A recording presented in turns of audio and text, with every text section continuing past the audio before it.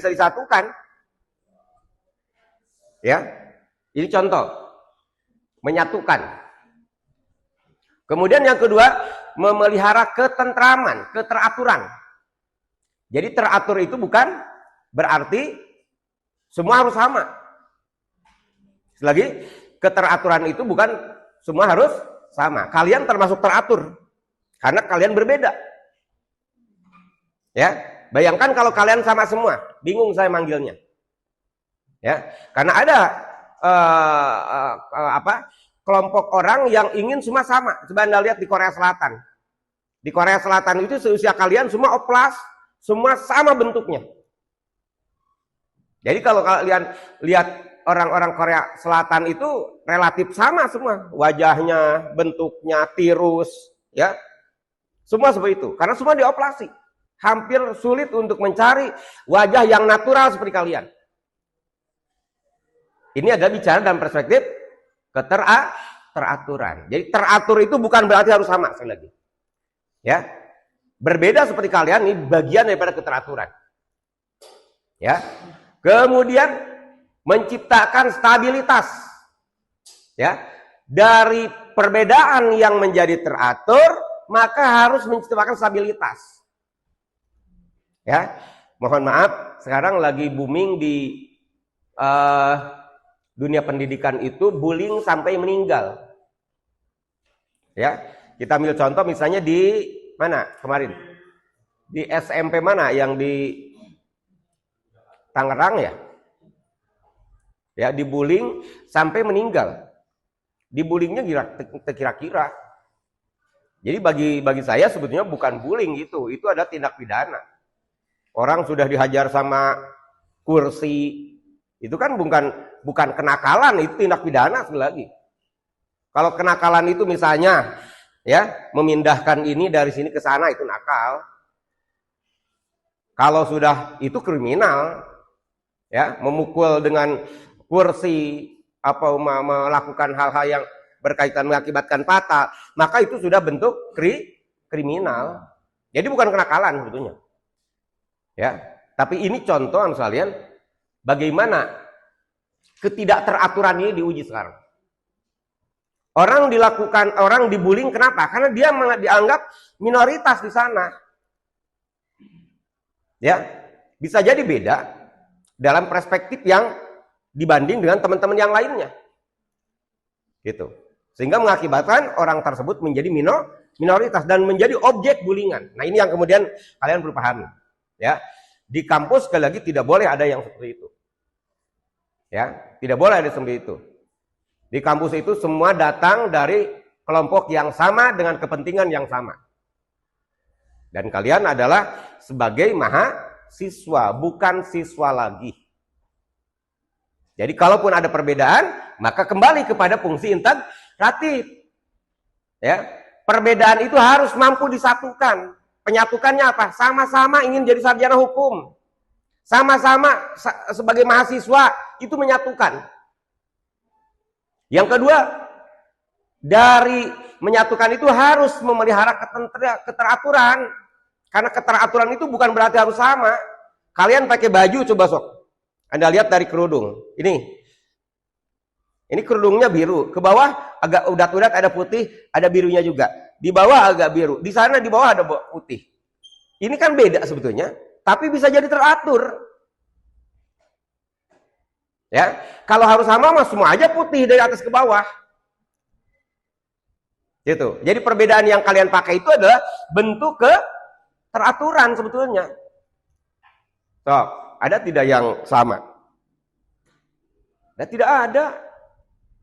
Dan perbedaan ini bagian daripada teraturan di sini, gitu, ya. Kemudian tadi dari teratur ini maka harus menciptakan stabilitas. Karena lawan stabilitas itu apa namanya? Lawan stabilitas, instabilitas. Pakai kata instabilitas. Jadi lawan stabilitas itu adalah instabilitas atau ketidakstabilan. Ya. Kalau kalian kuliah ini nyaman, maka stabil. Kalau di antara kalian ada sedikit yang ngaco saja, merasa paling, maka pasti instabilitas. Gitu.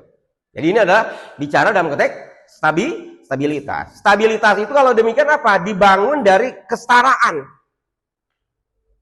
Tidak ada merasa yang lebih. Tidak ada merasa yang superior. Maka melahirkan stabilitas. Kalau sudah ada satu orang di sini yang merasa paling superior, maka pasti tidak stabil. Pasti. Jadi ini adalah bicara tentang stabilitas. Gitu. Jadi stabilitas itu adalah kata lain dari kesetaraan. Orang setara menjadi tidak mau mengganggu satu sama yang lain. Karena setara. Karena yang diganggu itu pasti minoritas. Pasti di bawah statusnya daripada kita. Kalian berani mengganggu karena kepada orang yang di bawah. So kepada orang yang di atas nggak berani kalian.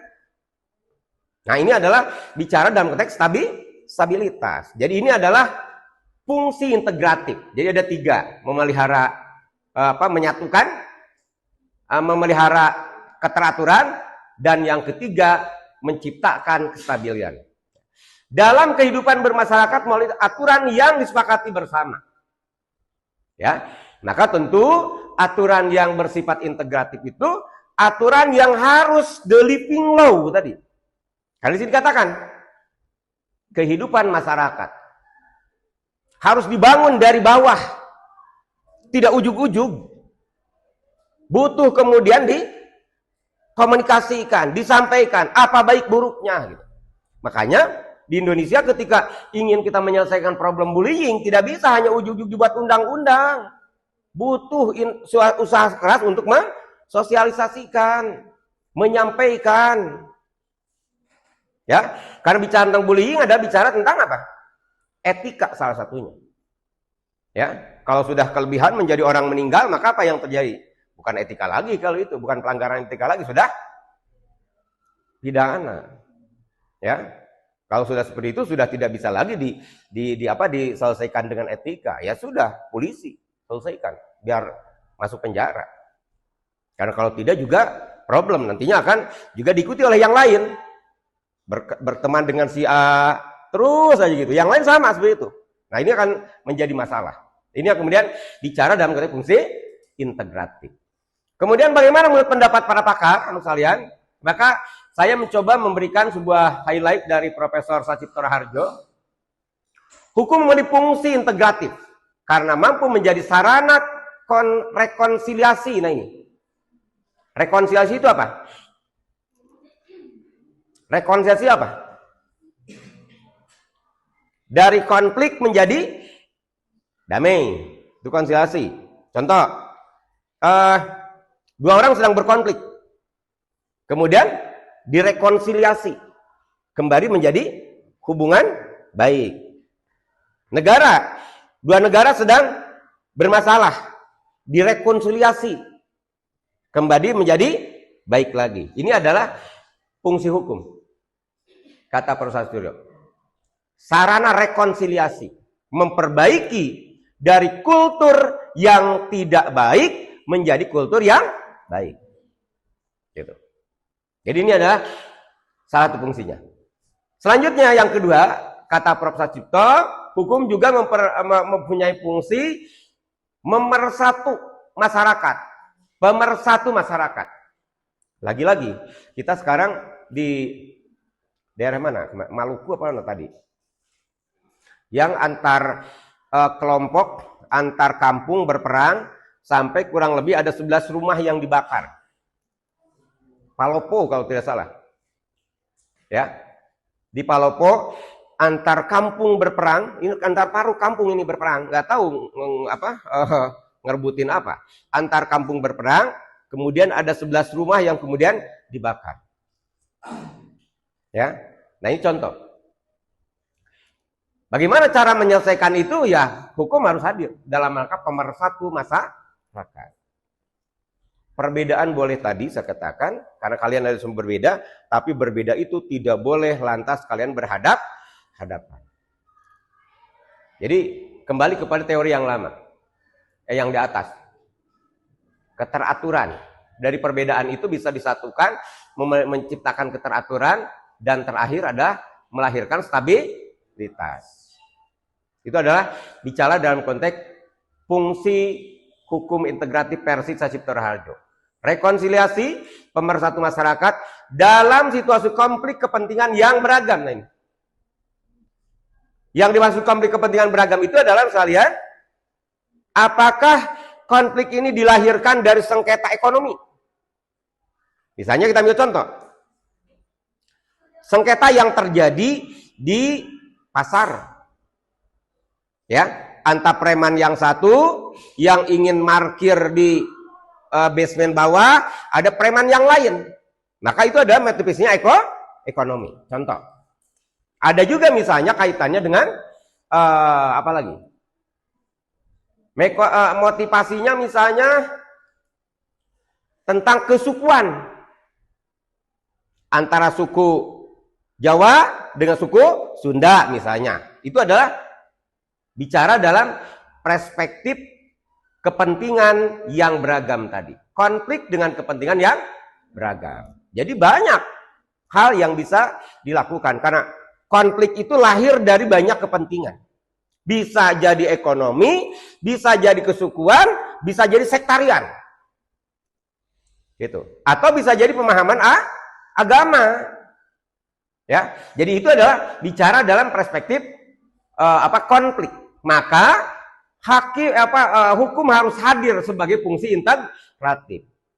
Ya, artinya prinsipnya sekalipun berbeda-beda tapi tidak harus berhadapan. Beda agama tidak harus berhadapan. Ya, beda kepentingan tidak harus berhadapan. Beda pandangan hidup tidak harus berhadapan. Karena sejatinya kita lahir dari sebuah perbedaan. Nah, ini adalah fungsi integratif versi Profesor Sacipto Raharjo. Ya. Kemudian beliau mengatakan, hukum tidak hanya mengatur tetapi juga mewujudkan keteraturan dan harmoni sosial. Harmoni sosial. Apa itu harmoni sosial? Ketidakberagaman dalam berinteraksi sosial. Ketidakberagaman itu bagian daripada harmoni. Jangan diartikan harmoni itu selalu sama. Ya, sekali lagi, jangan diartikan harmoni itu semua harus sama. Justru harmoni itu ada keberagaman, berbeda, tapi harmoni. Ya, jadi itu adalah intinya. Ya, keteraturan dan harmoni sosial. Gitu. Ya, oke. Kemudian dari Sacipto Raharjo kita masuk ke pendapat dari Suryono Sukamto. Ya, fungsi integratif dari hukum adalah menciptakan ketertiban dan keterpaduan sosial. Nah, ini, ya, ada bahasa baru dari Suryono Sukamto. Ada ketertiban, ada keterpaduan sosial. Ya, apa keterpaduan sosial? Keterpaduan sosial itu karena tingkat sosial kita beda. Ada bawah, ada menengah, ada atas. Disadari. Secara secara kodratis seperti itu. Ada orang dilahirkan dari keluarga miskin, ada orang dilahirkan dari keluarga menengah, ada orang dilahirkan dari golongan kaya. Tidak status sosial ini kemudian ada di kita di sini. Tapi dari perbedaan status sosial ini melahirkan sebuah cita-cita bersama. Apa? Sarjana hukum. Nah, gitu. Jadi itu kira-kira dikatakan keterpaduan sosial. Jadi perbedaan status sosial jangan jadi judul untuk melahirkan pembulian. Karena ada begitu. Oh, di mana kemarin di Jawa kalau tidak salah, ada anak yang ibunya itu sudah cerai dengan bapaknya, kemudian ibunya memulung untuk mempertahankan hidup. Anaknya kemudian sekolah di SMA Islam tertentu lah di Jawa. Kemudian dibully. Sampai akhirnya dia tidak mau sekolah. Ini gesekan antar status sosial sebetulnya. Kenapa? Karena ketika dia sekolah, bahasa teman-temannya yang status sosialnya lahir dari menengah dan atas ini, dia mengatakan, tuh anak tukang pemulung. Ini fakta. Jadi ini adalah murni gesekan tentang status sosial. Padahal sekali lagi dalam konteks fungsi integratif, keterpaduan sosial itu bukan status sosialnya harus sama, ya, tapi mampu menyatukan, ya, karena bicara tentang kelahiran, bicara tentang takdir. Sekali lagi, saya dilahirkan dari orang yang, mohon maaf, petani penggarap. Berarti saya paling, kalau di dalam kasta di India itu paling bawah, sudra saya itu. Ya, petani sudah penggarap. Petani tidak punya lahan, tapi bapak saya dulu bertani. Apa pendidikan bapak saya? Hanya SMP. Ya, bayangkan. Kemudian faktanya saya lahir dari golongan paling bawah ini. Padahal teman saya ada yang menengah, ada yang atas. Ada anak pejabat pada saat itu. Tapi karena harmoni sosial ini, keterpaduan sosial ini, saya bisa kemudian mengangkat kehidupan orang tua saya dari golongan paling bawah, sekarang menganggap menjadi golongan menengah. Bahkan kalau dalam dunia pendidikan, saya termasuk golongan paling tinggi. Karena banyak teman-teman saya dulu yang anak pejabat, sekarang beres S1 ya selesai jadi S1. Nikah, berkeluarga, selesai gitu. Nah ini, bicara dalam perspektif keterpaduan sosial. Jadi kalaupun kita lahir berbeda di antara kalian ini, yakin di antara kalian juga sama. Ada yang lahir dari golongan bawah seperti saya, ada yang menengah, ada yang memang lahir dari keluarga kaya. Pasti di antara kalian juga ada. Tapi di antara kalian harus melahirkan sebuah keterpaduan sosial. Yang kaya jangan sok kaya. Ya, karena bisa jadi kalau bapak atau orang tua kalian kemudian habis hartanya, maka kalian bisa jadi miskin. Ya, yang menengah juga sama. Yang miskin jangan juga rendah diri. Kalian sudah ada di fakultas kimia sudah sangat luar biasa. Gitu. Karena suka ada juga, ya, mohon maaf, orang tuanya miskin, judulnya orang tua. Kalian itu siap-siap jadi kaya. Ya, karena di dalam bahasa agama itu sebetulnya tidak ada miskin. Salah ketika orang mengatakan dunia itu adalah hanya sebagian. Karena di dalam bahasa agama itu diakhiri kalau Anda berdoa itu dengan doa sapu jagat apa? Robana atina pidunya hasanah. Pidunya hasanah. Dunia yang hasanah. Hasanah itu apa? Baik. Lalu apa? Wapil akhirati hasanah. Akhirat juga baik. Jadi di dalam bahasa agama, dunia dan akhirat itu harus setara. Kalian mencari ilmu dalam konteks dunia juga harus baik. Kalian menghadapi akhirat juga harus baik. Karena dalam konsep agama tidak ada. Karena ada hadis yang mengatakan, carilah akhirat sebanyak mungkin, ambillah dunia secukupnya. Ada hadis begitu. Ya, nah itu yang saya katakan salah, karena di ujung berdoa itu selalu itu ada bahasa itu, Robana atina pidunya. Nah ini urusan dunia kalian, hasanah. Urusan dunia itu harus hasanah, harus baik. Wapil akhirati, untuk akhirat juga harus baik juga, hasanah juga, gitu. Robana atina pidunya hasanah, gitu. Nah ini adalah bicara dalam perspektif keterpaduan sosial. Ya, jika kalau dalam konsep beragama, maka keterpaduan sosial itu tadi diilustrasikan dalam konteks ujung berdoa. Siapapun kalau berdoa pasti Robana atina pidunya hasanah. Tidak ada, misalnya katakanlah pidunya, ya.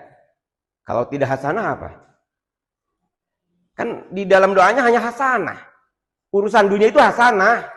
Tidak berbicara awalnya kalian lahir dari orang miskin, orang menengah atau orang kaya, tidak ada. Pokoknya di ujungnya di dunia hasanah. Wa fi akhirati hasanah, ketika akan meninggal juga hasanah juga gitu. Nah, ini adalah bentuk keterpaduan sosial. Jadi dalam konsep agama sudah sangat mumpuni berbicara tentang keterpaduan sosial. Gitu ya. Nah, ini ada kata Profesor Sukamto ya. Jadi keterpaduan sosial melalui apa?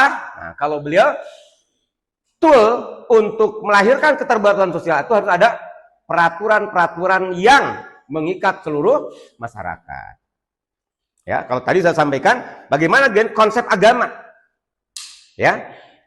Kaitannya dengan keteraturan sosial. Nah, kalau Prof. Sukamto, maka dia berbicara tentang berbagai peraturan-peraturan yang mengikat seluruh masyarakat. Yang harus melahirkan keterpaduan sosial. Ya, oke. Sampai Sukamto. Satu lagi, Reskopon. Kita nanti bandingkan antara teori dari Indonesia. Saya mengambil Profesor Sacipto Raharjo, kemudian Profesor Suryono Sukamto, dan terakhir kita bicara tentang teori dari Reskopon. Ya, dia mengatakan di sini katakan law is a tool. Hukum sebagai tool, sarana of social engineering. Ya, sebagai rekayasa sosial. Jadi Reskopon mengatakan bahwa hukum itu sebagai rekayasa sosial. Rekayasa sosial yang dimaksud apa? Dari tidak baik menjadi baik. Dari tidak selaras menjadi selaras. Gitu.